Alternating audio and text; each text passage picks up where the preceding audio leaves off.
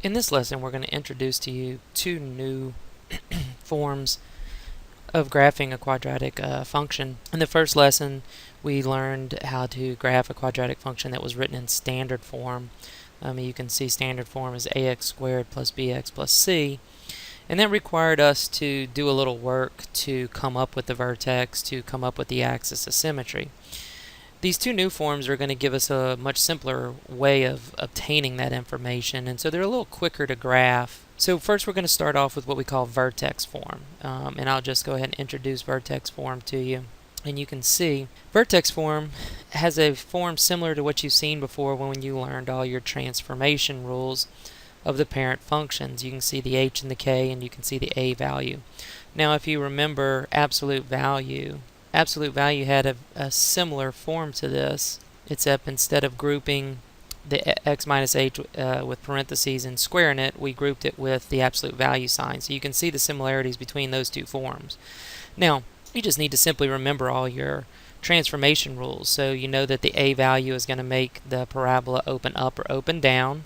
You also know that if the a value is greater than 1, it's going to be a little steeper. If it's less than 1, it's going to be a little bit flatter or wider. And then the h and the k value shifts the parabola left and right and up and down. Now, keep in mind, if you recall from our transformation rules, that the h value is inside the grouping symbols. We're always going to do the opposite of what the sign is saying. Now, this is called vertex form very simply because the h and the k value actually represent the vertex of the given graph, and so that is much easier than having to calculate that in the way that we had to do in standard form. Since the x value of the vertex is given, you remember that the x value also represents the axis of symmetry, and so the axis of symmetry is also much easier to obtain when it's given in vertex form. So some real basic things here. If we can just find the vertex, find the axis of symmetry based off the vertex form, then all we really need to do from there is plot a couple t-chart points on one side of the parabola and get their symmetrical points, and you'll be basically done graphing that. And so this is a much faster, more efficient way of graphing. Now, a couple things that are going to come up later and questions you may be asked about are parts of the actual graph. And you can see here we talk about the zero of a function. Okay, the zero of any function is basically its x-intercepts, and so it's where the x value has an output of 0 or a y value of 0. And so finding the x-intercepts is going to be one of the things that we're going to want you to be able to do. A couple things that you should know. We can also call a zero of a function a root of the function, and it can also be called the solution. So these are in many cases synonymous with the word zero of a function. So if you hear the word root or if you hear the word solution, sometimes all you need to do is find the zero of the function. Now, a couple things that you're going to learn a little later on is that not all the roots are necessarily going to be zeros, and we're going to show you those special circumstances as we move through this unit. So this is a good introduction to the vertex form. Go ahead and move forward in the notes and work the sample problems.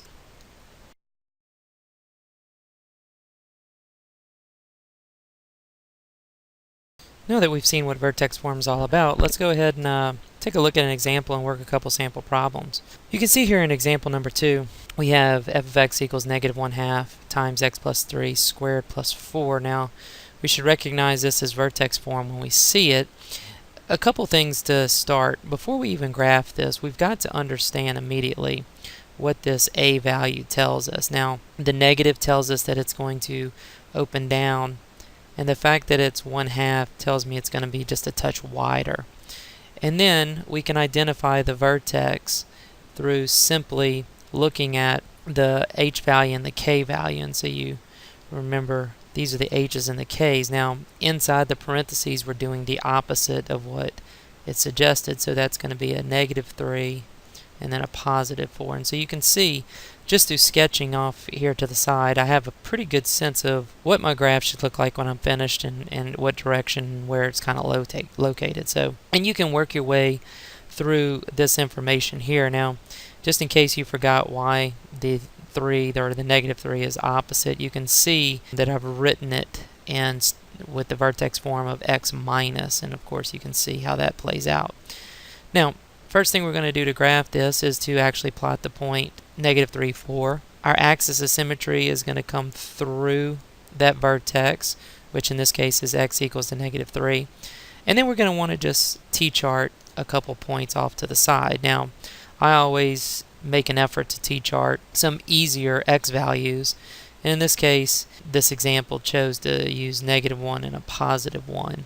And you can see that the reason they did that is because if they would have chose negative 2 or if they would have chosen a 0, it would have given them a fractional point. So they just moved on and to points that were going to give them some clean points on a grid line. So once we plot those 2 points, it's just as we did before in standard form. We just find the symmetrical point on the other side of the axis of symmetry, and we simply try to sketch the parabola through those points as best we can. So this is actually a little bit more streamlined than it was in prior standard form. So let's take a look at sample problem number 2. We're asked to graph it, and then we're asked a question about what are the zeros of the quadratic. So I'm going to go ahead and work this for you, and you can take a look at it as I go through this. So the first thing that I'm going to want to do is identify the vertex, and so the vertex is negative 1 and negative 2. So I'm going to go negative 1, negative 2, and of course my axis of symmetry is going to run straight through that vertex. Next thing I want to do is, and of course if I was asked to identify the axis of symmetry, I would need to write it as the equation of a vertical line. The next thing I'm going to do is actually plot a couple points, and so the easiest x values it looks to me would be 0 and 1. And this is where you can use your calculator effectively. If I plug in 0 for x, you can punch all that in your calculator and you'll get actually a value of 0 in this case. If we go farther and we take 1 as an x value, and we plug 1 in as an x value, we're going to get a value of 6. And so then we can plot those 2 points, 0, 0, and 1, 6. And we have 2 points on 1/2 of the quadratic. Now we just need to take the symmetric points.